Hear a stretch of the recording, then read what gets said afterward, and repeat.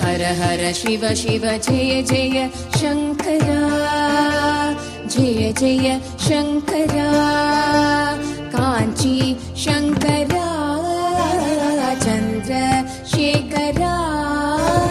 हर हर शिव शिव जय जय शंकरा, जय जय शंकरा, कांची शंकरा, चंद्रशेखरा।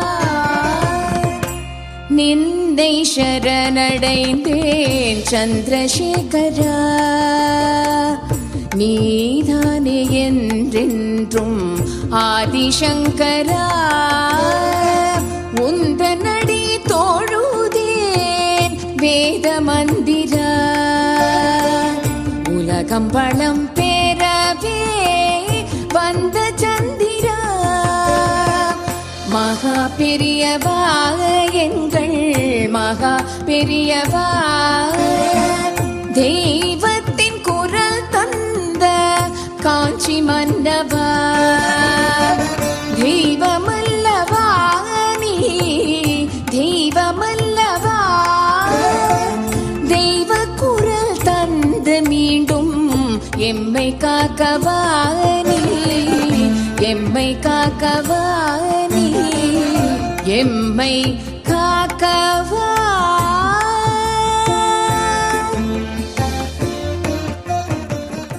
ஸ்ரீ குருப்யோ நமஹ. ஹர ஹர சங்கர, ஜெய ஜெய சங்கர.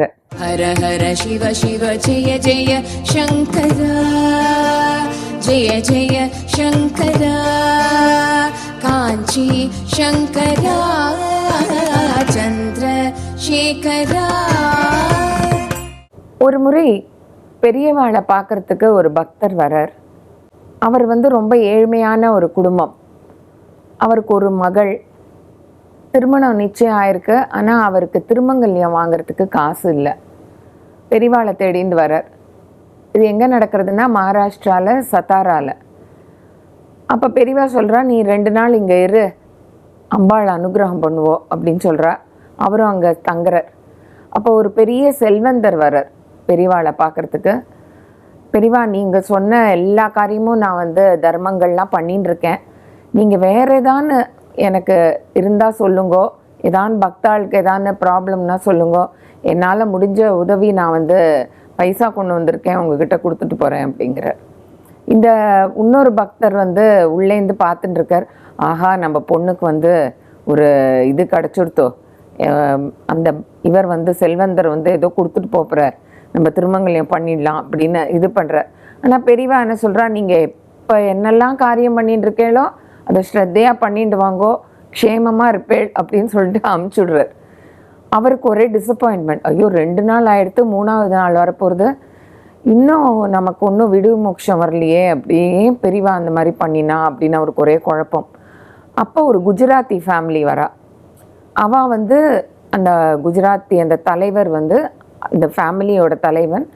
அவருக்கு ரொம்ப உடம்பு முடியாமல் ரொம்ப ஒரு 3 மாதமாக கிடக்கார். அப்போ ஒரு பக்கத்தில் இருந்த ஒரு பக்தா, பெரியவா பக்தா சொல்கிறா, நீ காமாட்சிகிட்ட வேண்டிக்கோங்க, திருமங்கல்யம் பண்ணி போடுறேன்னு வேண்டிக்கோங்கம்மா, சரியாயிடும் அப்படிங்கிறா. அதே மாதிரி அவருக்கு சரியாக போய் அந்த திருமங்கல்யத்தை பண்ணி எடுத்துகிட்டு வரா. பெரியவாள்கிட்ட சொல்கிறா, நான் காமாட்சிக்குன்னு திருமங்கல்யம் வாங்கிட்டு போகிறேன் பெரியவா, நீங்கள் இருக்கேன்னு கேள்விப்பட்டேன், உங்ககிட்ட இதை வச்சுட்டு உங்ககிட்ட ஆசீர்வாதம் வாங்கிட்டு எடுத்துகிட்டு போய் சாத்தலான்னு இருக்கோம் அப்படிங்கிறா. அப்போ பெரியவா சொல்கிறா, இன்னொரு பொண்ணுக்கு கல்யாணம் நிச்சயம் இருக்குது, காமாட்சிக்கு போடுறது இந்த திருமங்கல்யத்தை கொடுத்துருங்க, அந்த குழந்தைக்கு கொடுங்க அப்படின்னு சொல்கிறா. நீங்கள் என்ன சொல்கிறீங்களோ அது பிரகாரம் கொடுக்குறேன் பெரியவாங்கிறா. அப்புறம் அந்த பக்தரை கூப்பிட்டு இந்த திருமங்கலத்தை கொடுக்குறா. அப்போ பெரியவா கேட்குறா, உன்னோட குழந்தையோட பொண்ணோட பேர் என்னப்பா அப்படின்னு கேட்குறா. அப்போ அந்த இவர் சொல்கிறார், காமாட்சி அப்படிங்கிற. அப்போ எல்லாருக்கும் ஒரே ஆச்சரியம். காமாட்சிக்கே தோடு பண்ணி கொண்டு வந்திருக்கா, காமாட்சிக்கே அது போய் சேர்றது. அவளுக்கு ஒரே சந்தோஷம், காமாட்சியே அந்த ரூபத்தில் என்கிட்ட திருமங்கலத்தை வாங்கிக்கிறா அப்படின்னு அவள் நினச்சிக்கிறா.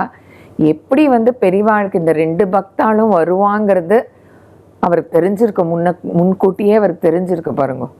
இதுதான் பெரியவாளின் சக்தி. ஹர ஹர சிவ சிவ ஜெய ஜெய சங்கரா, ஜெய ஜெய சங்கரா, காஞ்சி சங்கரா, சந்திர சேகரா. இன்றைக்கு நாம் சந்திக்கவிருக்கும் சிறப்பு விருந்தினர் மாடம்பாக்கம் பெரியவா இல்லம் பிரகாஷ் தியாகராஜன் அவர்கள். அவர்களை இந்த நிகழ்ச்சிக்கு வருக வருகவென்று வரவேற்போம். நமஸ்காரம் அம்மா. பெரியவா சரணம், பெரியவா சரணம், பெரியவா திருவடியே சரணம். நீங்கள் உங்களுக்குள்ள அனுபவங்களை சொல்ல ஆரம்பிக்கலாம். பெரியவா பற்றி பேசணும்னு ஆரம்பிக்கிறதே இப்போ ஒரு பெரிய கஷ்டம் இல்லாத காரியம். ஏன்னா கூடவே இருக்காங்கிற போது ஒரு கூடவா இருக்கிற பேசுறதுக்கு கஷ்டப்பட மாட்டோம் நம்ம. அந்த மாதிரி பேசக்கூடிய ஒரு அதுவும் கூடவே இருந்து அனுபவிச்சதை அடுத்தவங்கள சொல்கிற போது ஒரு ஆக்ஷன் ரீப்ளேயில் நம்மளும் ரசிக்கிறோம், நம்மளும் அதுக்குள்ளே போயிடுவோம். அந்த மாதிரி பெரியவாவுடைய கருணைன்னு சொல்லப்போனாக்க அது சின்ன வயசுலேருந்தே ஆரம்பிச்சிடுது எனக்கு. நான் பிறந்தது 1955. இங்கே மாம்பழத்தில் சங்கர மடத்துக்கு பின்னாடி வீடு குடியிருந்தோம். எங்கள் அம்மா என்னை இடுப்பில் வச்சுட்டு அப்பப்போ சங்கர மடத்துக்கு போயிட்டு வருவாளாம். சரி.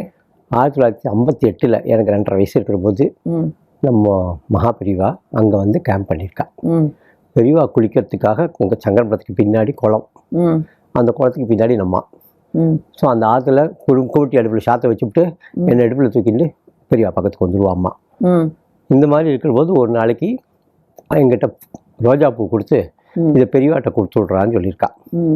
சின்ன குழந்தைங்கன்னு தெரியும். நான் நேரம் அங்கேருந்து வந்துட்டு பார்த்துட்டு பெரியவாட்டையே போய் பெரியவா யாருன்னு கேட்டேன். என்னடா வேணும் குழந்தைன்னு கேட்டிருக்கா. இல்லை அம்மா ரோஜா பூ கொடுக்க சொல்கிறேன்.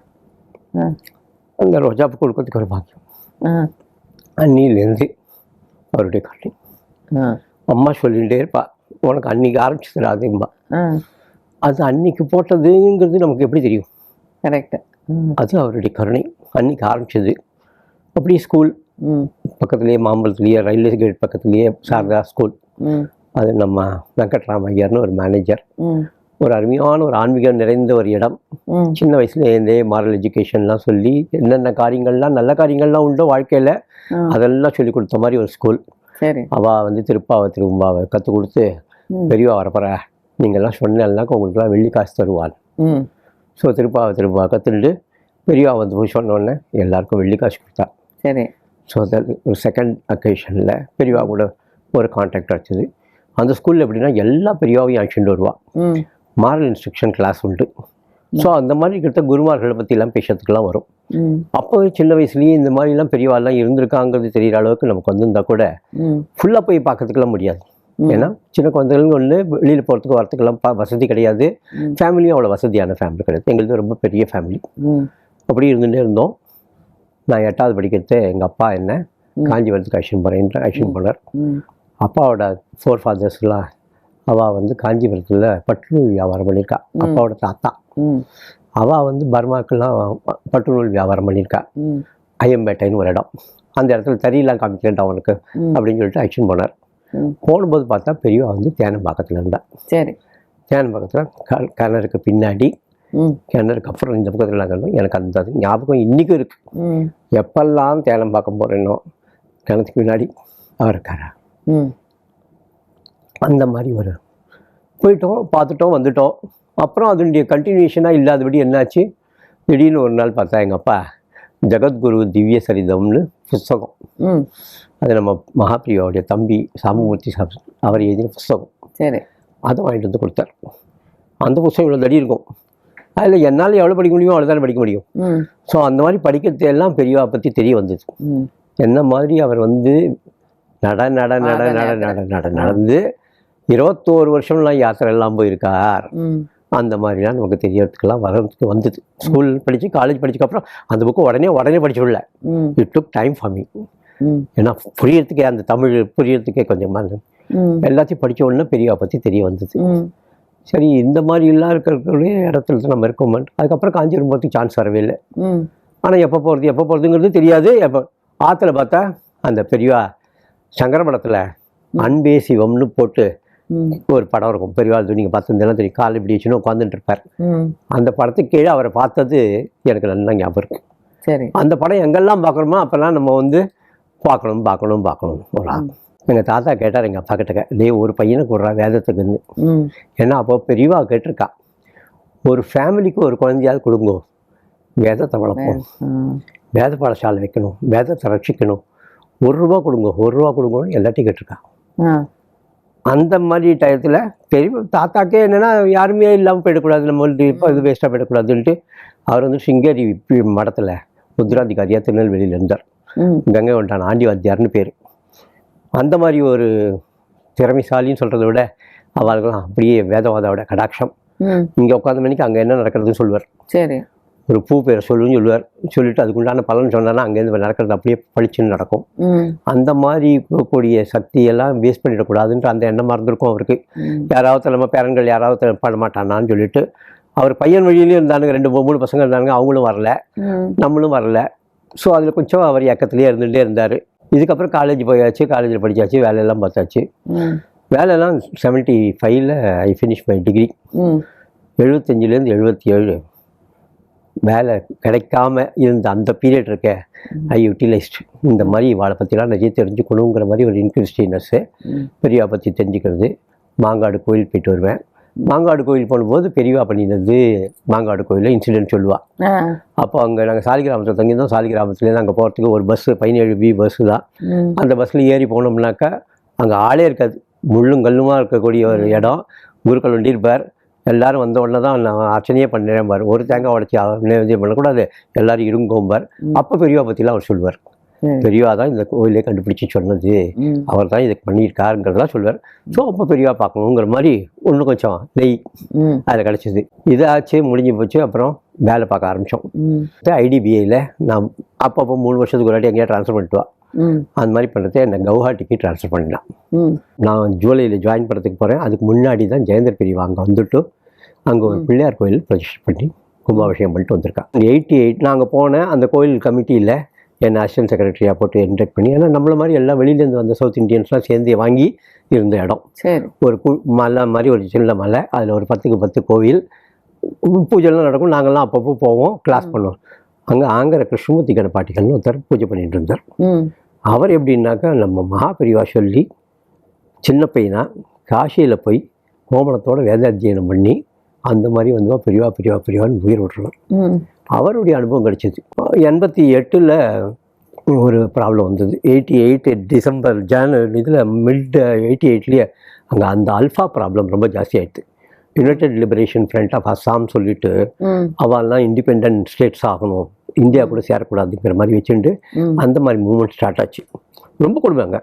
அவன்லாம் என்ன பார்த்தா, இங்கே நமக்குன்னு சொந்தமான லேண்ட் இல்லாத ஆட்கள், அந்த ஊர் ஆட்கள் இல்லாத லேண்ட் வச்சுருந்தான்னா அதெல்லாம் by force they're grabbing. So அந்த மாதிரி இருந்தால் நம்மளுடைய கோவில் நிலத்தையும் எடுத்துருவாங்கங்கிற மாதிரி ஒரு நிர்பந்தம் வந்தது. ஸோ கமிட்டியில் நாங்கள்லாம் உட்காந்து பேசிகிட்டு இருக்கோம்.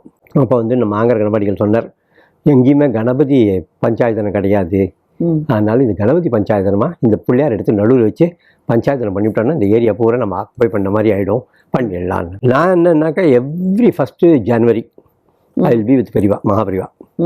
எங்கே இருந்தாலும் சரி 1st ஜனவரிக்கு பெரியவா பார்க்கணுன்னு போயிடுவேன். ஸோ அப்போ அவள்கிட்ட சொன்னேன், நான் இந்த வருஷமும் நான் போய் பெரியவா பார்க்கறதுக்கு போகிறேன், நம்ம மகாபெரிவாட்ட கேட்போம். கேட்டு அவள் என்ன சொல்கிறாளோ அது இப்படி பண்ணலாமா? எல்லோரும் சரின்னு ஒத்துட்டான். ஸோ 1st ஜனவரி 1989 8 டர்னிங் பாயிண்ட். பெரியவா ஒன்று அங்கே மேலே அந்த பால்கனி மாதிரி இருக்கும், அந்த பால்கனியில் உட்காந்துட்டு இருக்கா பெரியவா.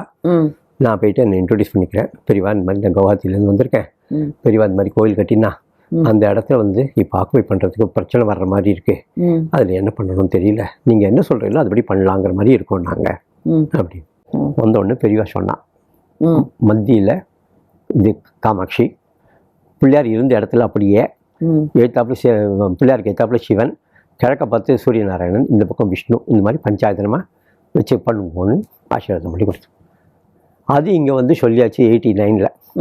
89ல் சொல்லிட்டாரு. எல்லாம் முடிஞ்சு போய் நாங்களாம் சரி இது மாதிரி பண்ணலாங்கிற மாதிரி பிளான் பண்ணியாச்சு. 89ல் விட்டுட்டு நம்ம அங்கேருந்து ட்ரான்ஸ்ஃபர் ஆகிடுச்சு ஜூலையில் எகைன். ஸோ வந்தாச்சு, அந்த இடத்த விட்டு வந்தாச்சு. இப்படி வந்தாச்சு இல்லையா, எனக்கு முழுவதும் மனசில் ஐயோ பெரியவா காரியம் சொன்னால் அது பண்ணவே இல்லையேன்னு உறுத்திகிட்டே இருக்குது. 92ல் திடீர்னு ஒரு அர்ஜி ஏதாவது நம்மளை பண்ணிடணுன்ட்டு பெரியவா கிட்ட போயிட்டு பெரியவா வந்து 5 கோயிலுக்கு சொன்னா 5 கோயில் பண்ண முடியாது என்னால், ஒரு கோயில் பண்ணிடலான்னு பார்க்குறேன், காமாட்சியை பண்ணிடலான்னு பார்க்குறேன். பேஷா பண்ணேன் அப்படின்னு ஸ்தபதிக்கிட்ட போனேன். அவன் 75 வயசு ஸ்தபதி. அவங்ககிட்ட இது மாதிரி சொல்லி இந்த மாதிரி பண்ணணும்பான்னு. அவன் என்ன பண்ணால் எந்த மாதிரி இவருக்கு பிள்ளையார் இருக்குன்ட்டு கேட்டுட்டு, பிள்ளையார் தான் பிரதானம் எப்பவுமே அந்த கோயிலில். பஞ்சாயத்தனமாக காமாட்சி நீங்கள் வச்சா கூட பிள்ளையார் முன்னாடியே வந்து அங்கே உட்காந்துட்டார்.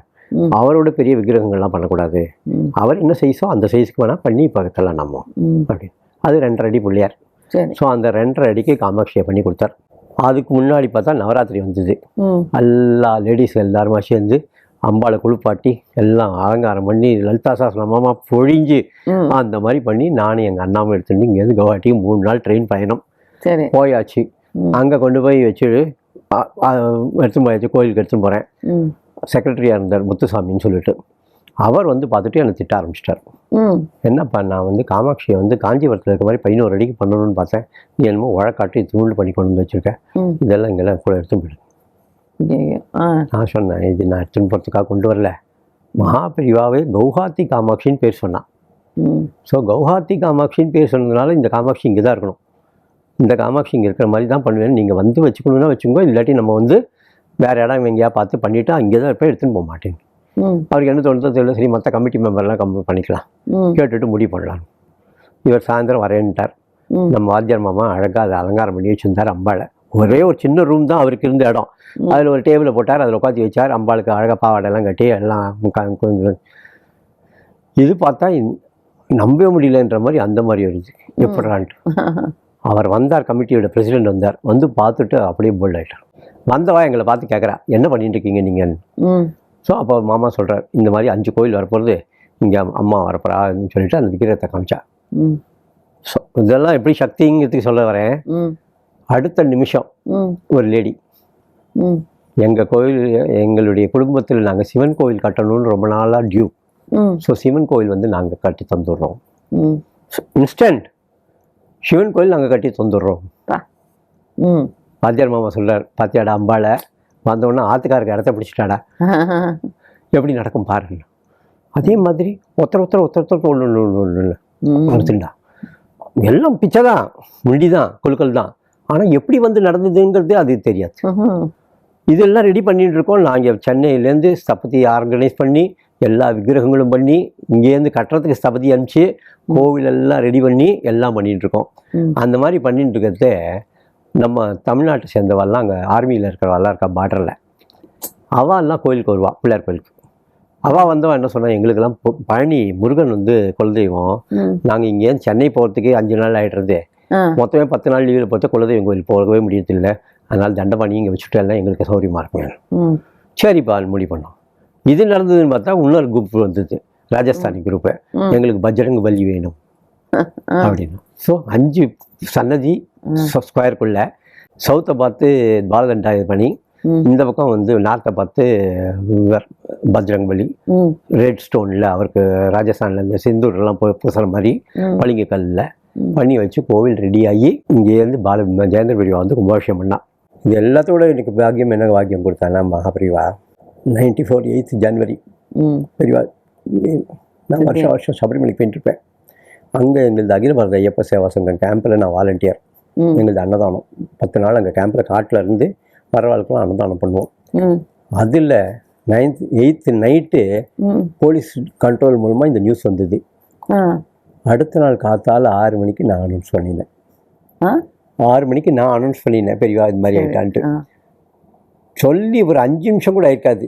அங்கே இருந்த ஆயிரக்கணக்கான ஐயப்ப பக்தர்களும் அப்படியே வந்து அந்த கேம்பில் வந்து உள்ளே வந்துட்டு பெரியவா படம் வந்தது, மாலை வந்தது, பூ வந்ததுன்னு சொல்லிட்டு எல்லாரும் போட்டு ஜெய ஜெயசங்கர் ஹர ஹர சங்கர் ஜெய ஜெயசங்கர். அன்றைக்கி ராத்திரி மோட்ச தீபம் ஏற்றணும், ராத்திரி பூரா தெய்வத்தின் குரலில் படித்தது ஞாபகம் வந்தது. வேதம் படிக்காட்டாலும் வேதத்தை படிக்க வைக்கலாமே, வேத ரட்சணம் பண்ணலாம் அப்படின்னு பெரியவா எழுதியிருக்கா. ஒரு பிராமணனுடைய மெயின் கடமையாக வேதம் என்றைக்கும் நிலச்சி நிற்கிற மாதிரி ரட்சணம் பண்ணணும். அப்போ வேத பாடசாலை கட்டணும்னா பெரியவாட்ட போய் சொல்லணுன்ட்டு முதல்ல பாலபெரியவாட்ட போய் சொன்னேன். ஜெயேந்திர பெரியவாட்ட சொன்னேன், பாலபெரியவாட்ட கை காமிச்சா, பாலபெரியவாட்ட சொன்னோன்னு பெரியவா சொன்னேன், வேத பெரிய பாடசாலை ஆரம்பிக்கிறதுலாம் ஒன்றும் பெரியசு இல்லை, 10 லட்ச ரூபா கார்பஸ் வச்சுன்னு ஆரம்பிக்கணும், இன்னைக்கு ஆரம்பித்தா நாளைக்கு மூடினேங்கன்னு நிறைய பேர் பண்ணிட்டு இருக்கா. நீங்கள் அந்த மாதிரி பண்ணக்கூடாது. பாலபிரியா சொன்னால் எல்லாரும் கலந்து பண்ணணும். சரி என்னடா பண்ணுறது பார்த்து நம்ம ஃப்ரெண்ட்ஸ் சர்க்கிளில் மட்டும் அப்ரோச் பண்ணுவோம். யார் ரியலாகவே பெரியவா கிட்ட இன்வால்வ்டாக இருக்காளோ அவளை அப்ரோச் பண்ணுவோம். எங்கிட்ட பைசா இருக்குன்ட்டு ஒரு ஐடியாவில் போனாக்கா போகக்கூடாது. எல்லாரையும் கலந்துட்டு பண்ணணும்னு சொன்ன காரியத்தை பொது காரியமாக பண்ணினா இன்னும் நல்லா இருக்கும் அப்படின்ற ஐடியாவில் போய் ஒருத்தட்டியாக கேட்டேன். ஸோ 99 டிசம்பர் 4 பாலபிரியா வந்து பாடசாலை ஆரம்பிச்சு வச்சா. அன்னிலேருந்து இன்னி வரைக்கும் நடந்துட்டுருக்கு. பாலபிரியாவும் சரி ஜெயேந்திர பிரியாவும் சரி எப்போ போனாலும் கேட்கக்கூடிய மொதல் கேள்வி என்ன, பாடசாலை எப்படி இருக்குது, குழந்தைகள் எப்படி இருக்கா. இது பார்த்துட்டே இருந்தேன். பாடசாலை நடந்துட்டுருக்கு. நான் ஆஃபீஸில் வேலை பார்த்துட்டுருக்கேன் 99லேருந்து. ஆனால் பாடசாலை கவுன்சில் பண்ணுறதுக்கு ஆள் இல்லாமல் போயிடுச்சு. சரி போகிறண்டான்னு பார்த்தா கரெக்டாக ஒரு விஆர்எஸ் வாங்கிட்டு 2004 டிசம்பர் 31 போயிட்டு வரேன்னு சொல்லிட்டு வந்துட்டு ஆற்றுல நானும் எங்கள் அம்மாவும் வந்துட்டோம். அன்னிலேருந்து பாடசாலையே பெரியவா இல்லம் தான் கதி நம்ம வந்து நடந்துட்டுருக்கு. இன்றைக்கி 58வது வயசு சேர்ந்து படிச்சுட்டு இருக்கான். 7 கணப்பாட்டிகள் 11 கணப்பாட்டிகள் உருவாயிருக்கா. செதலபதி சுப்பிரமணிய கணப்பாட்டிகள்னு அவர் தான் வாத்தியார். அவர் மகாபெரிவா முன்னாடியே வளர்ந்தவர். தேனம்பாக்கம் பாடசாலையில் படித்து பெரியவா அவர்கிட்ட கேட்டிருக்கார், ஏண்டா மணி படிச்சுட்டு பெருமில் போயிடுவியா இல்லை கருத்தல்டியாக இருந்து யாருக்காவது 4 பேருக்காக சொல்லி தருவியான்ட்டு. அந்த வார்த்தைக்கு இன்றைக்கும் உயிரை கொடுக்குறார் அவர். அவருக்கு 1000 சிஷ்யாவுக்கு மேலே. அவர் வாங்காத பட்டம் கிடையாது, வாங்காத சன்மானம் கிடையாது. வேத வித்துன்னா அந்த மாதிரி ஒரு வேத வித்து அவர். சதலபதி சுப்பிரமணிய கணப்பாட்டிகள். யஜுர்வேதன்னா பாலபிரியா உடனே சதலபதி குழு கோபர் அந்த மாதிரி இருக்கிறவர். அவரும் கைங்கரியமாக பண்ணுறார், நம்மளும் கைங்கரியமாக பண்ணிகிட்ருக்கோம். இன்றைக்கி குழந்தைகள் உருவாகிட்டு இருக்கா. இதில் நிறைய காரியங்கள் நடந்துட்டுருக்கு. ஆன்மீக காரியங்கள்னு பார்த்தோம்னாக்கா பாலபிரியா சொன்னால் ஒரு வாட்டி காயத்ரி ஹோமம்லாம் பண்ணலாமே அப்படின்னா சரின்ட்டு காயத்ரி ஹோமம் ஆரம்பித்தோம். சஹஸ்ர காயத்ரியும் சமஷ்டி நான் டெய்லி சஹஸ்ர காயத்ரி தனியாக பண்ணிட்டு இருக்கேன். ஆனால் இது சமஷ்டியாக சஹஸ்ர காயத்ரி ஹோமம் நடக்கிறது எவ்ரி மந்த் ஃபஸ்ட்டு சண்டே. இந்த வாட்டி இந்த மாதம் 166வது முடிஞ்சிருக்கு. 166வது மாதம் இது ஆரம்பித்து முதல்ல பண்ணுற போது சங்கர வித்யாலயா ஸ்கூலில், தாம்பரம் சங்கர வித்யாலயா ஸ்கூலில் 27 குண்டம் 108 பேர் உட்காந்துண்டு 300 பேர் உட்காந்து காயத்ரி ஹோமம் பண்ணான். அன்றைக்கி அந்த ஹோமம் முடிஞ்ச உடனே தீர்த்தத்தை எடுத்துட்டு நானும் கணப்பாட்டிகளும் கிளம்பி பெரியவா பார்த்து கொடுத்துட்டு வரணுன்ட்டு போகிறோம். நம்ப மாட்டேன், அது வரைக்கும் எங்கே இருந்ததுன்னே தெரியாத ஒரு மேகம் அடித்தது பாருங்க, ஒரு மழை. ஒரு மணி நேரத்தில் இந்த 1.5 கிலோமீட்டர் சர்க்கம்ஃபரன்ஸில் மட்டும்தான் மழை. ஒரு விக்கிரகம் ஒன்று பிளாஸ்டர் ஆஃப் பாரிஸில் பண்ண விக்கிரகம் நம்ம ஃப்ரெண்டு ஒருத்தர் வாங்கி தரேன்னு சொல்லியிருந்தார். காஞ்சிபுரத்தில் தான் ஒருத்தர் பண்ணினார், மணிகண்டன் சொல்லிட்டு. February 27 மகாபிரிவா.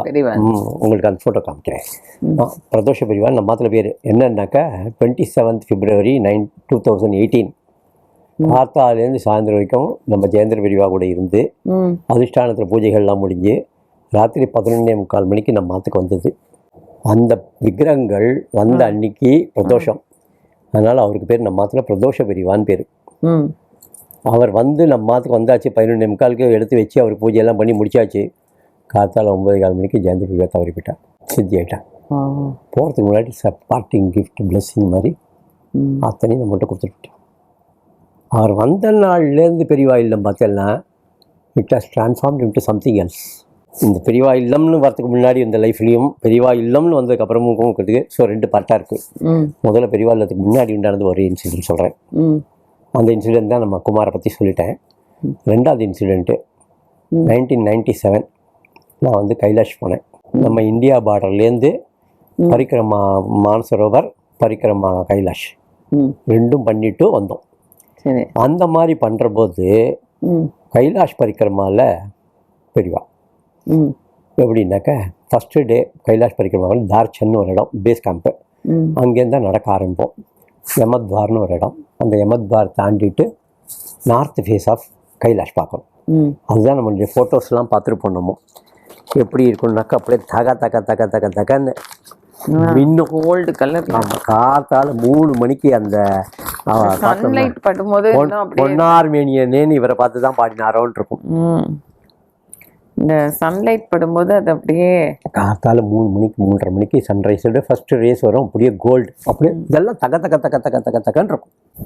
இந்த இடத்துல இப்போ பாருங்க, இங்கே ஒன்றும் இல்லாமல் இருக்கு இல்லையா, இந்த இடத்துல இங்கே பெரியோட முகம் தண்டத்தோட வீடியோவில் எடுத்துருக்கு. பெரியவா அங்கே கொடுத்த காட்சி இங்கே ஆஞ்சநேயர் அப்படியே தாடி மீசையோட பார்த்தோம்னா அப்படியே ஆச்சரியமா இருக்கும். அப்படி இந்த ஆஞ்சநேயர் வந்து அப்படியே ஃபுல் டிஸ்கிரிப்ஷனும் கொடுத்துருக்கேன். ரன்னிங் கம்ப்யூட்டர் மாதிரி இந்த என்டையர் யாத்ரா கவர் பண்ணினதுல இந்த இடத்துல நான் பார்க்கறதே ஆஞ்சநேயரையும் பார்க்குறேன், இவரையும் பார்க்குறேன்னு சொல்லி கஜேந்திர பெரியவாவும் பால பெரியவாவும் இதில் ஹரித்வாரில் இருந்தா. நேராக அங்கேருந்து பெரியவாட்ட வந்தேன். காத்தால 4 மணி பெரியவா தங்கியிருக்கிற இடத்துக்கு போடுறேன். ரூம் வாசல் நிற்கிறேன். கஜேந்திர பெரியவா கதை திறந்தா பார்த்தா நான் நிற்கிறேன். சரி, இங்கேங்கடா நீ வந்த நீ? இந்த பெரியவா இது மாதிரி கைலாஷ் போயிட்டு வந்தேன், நான் தீர்த்தம் கொண்டு வந்திருக்கேன், நீங்கள் 2 பேரும் அபிஷேகம் பண்ணி கொடுத்தீங்கன்னா அப்புறம் எல்லாருக்கும் கொடுக்கலான்றதுக்கு அதுக்காக கொண்டு வந்திருக்கேன் நான். பெரியவா பார்த்துட்டு அப்புறம் நான் சொன்னேன், இது மாதிரி வீடியோ எடுத்திருக்கேன் பெரியவா பாருங்க அப்படி. வீடியோ எப்படி பார்த்துட்டே கேமராலேயே பார்த்தாரு. பால பெரியவா என்ன பண்ணார், டிவி ஆர்கனைஸ் பண்ணி எல்லோரும் உட்காந்து பார்க்குற மாதிரி பண்ணார். எல்லோரும் உட்காந்து 3 மணி நேரத்துக்கு அந்த வீடியோ பார்த்தேன். அந்த மாதிரி பக்கத்தே பெரியவா கிட்டே சொன்னேன், பாருங்க பெரியவா கைலாசத்தில் பெரியவா பார்த்தேன் நான், பெரியவா வந்து தரிசனம் கொடுத்துருக்கேன். அப்போ என்ன பெரியவா கைலாசத்தில் இருக்கான்னு சொல்கிறியா நீ அப்படின்னு. எனக்கு என்ன தெரியும், நீங்கள் தான் சொல்லணும். ஸோ இது வந்து ஆக்சுவலாக நடந்த ஈவெண்ட்ஸ் இல்லை, இதெல்லாம் மறக்க முடியாத ஈவெண்ட்ஸ். அதே மாதிரி பெரியவா இதில் காஞ்சிபுரத்தில் இருக்கிறது மடத்தில் இருக்கிறது ஒரு நாள் இந்த கேமரா பைத்தியம் இருந்ததுனால கேமரா வச்சுட்டே இருப்பேன்னே. பெரியவாக்கு எங்கேயோ தள்ளி இருக்கா பெரியவா. சரி இங்கே நம்ம எடுப்போம், ஃபோட்டோ எடுப்போம்ன்ட்டு நான் எடுக்கிறதுக்கு ஃபோக்கஸ் பண்ணுறேன். பெரியவாக்கு தெரிஞ்சுட்டு ஃபோட்டோ எடுக்கிறான் பாரு. நம்ம கூட இருக்கிறவா இவர் நம்ம ஸ்ரீகண்டன் சத்தம் போட்டுன்னு வர்றார், யாரும் அங்கே ஃபோட்டோ எடுக்கிறது இல்லை. அந்த இடத்த விட்டு ஓடினு வந்தான் நான். ஐயோ பிடிச்சிட போகிறாள், நம்மளை திட்டிட போகிறாளான்னு சொல்லிட்டு கிளம்பி போயிட்டான். அந்த ஃபோட்டோ வந்திருக்கு. அந்த மாதிரிலாம் பெரியவோட கருணைன்னு சொல்லணும்னா இப்படிலாம் கூட நடக்குமான்னா இப்படிலாம் நடக்கும். போவோம், ஒன்றும் பண்ண மாட்டேன், பிசாமல் நின்றுட்டு இருப்பேன் பெரியவா கிட்டக்க, பார்த்துட்டு வருவேன், அவ்வளோதான். பெரியவா இந்த மாதிரி எங்கள் ஊரில் ஒரு கோவில் கும்பாபிஷேகம் பண்ணணும்னு பார்க்குறோம் நாங்கள். 3 வாட்டி நாள் வச்சுட்டு 3 வாட்டி தட்டி போயிட்டு கோயிலில் கும்பாபிஷேகம் பண்ண முடியல. பெரியவா நீங்கள் தான் அனுப்புகிறோம் பண்ணோம்.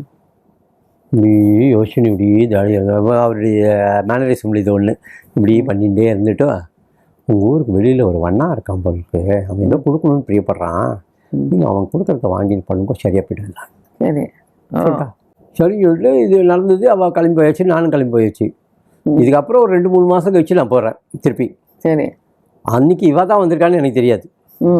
கும்பல் எல்லோரும் பழம் தட்டோடு வருவா இல்லையோ, அந்த மாதிரி பழத்தட்டோடு வந்த கும்பல் வந்தவா பெரியவா கிட்டக்கு வந்து சொல்கிறேன், பெரியவா இந்த மாதிரி லாஸ்ட் டைம் வந்துருந்தோம் நாங்கள், நீங்கள் இந்த மாதிரி கோவில் கும்பாபிஷேகத்துக்கு இந்த மாதிரி ஊருக்கு வெளியில் வண்ணா இருக்கான், அவனை பார்க்க சொன்னேன். போய் பார்த்தோம், அவன் வந்து 1 ரூபா தான் இருக்கு எங்கிட்ட கொடுக்கறதுக்கு, அது நீங்கள் வாங்கிப்பீங்களோ மாட்டீங்களோன்னு நினச்சிட்டு கொடுக்கலன்னு சொல்லி வச்சுட்டு இருந்தான். அந்த 1 ரூபாயை வாங்கி வச்சுட்டு சேர்த்துட்டோம். கும்பாபிஷேகம் ரொம்ப நல்லா வந்து பிரசாதம் கொண்டு வந்திருக்கோம். அப்படியே உட்காந்துட்டு இருந்த சுவாமி 1 ரூபாய்க்காக காத்திருந்தாரோ. திரு மாடம்பாக்கம் பெரியவா இல்லம் பிரகாஷ் தியாகராஜன் அவர்களின் உரையாடல் அடுத்த வாரமும் தொடரும்.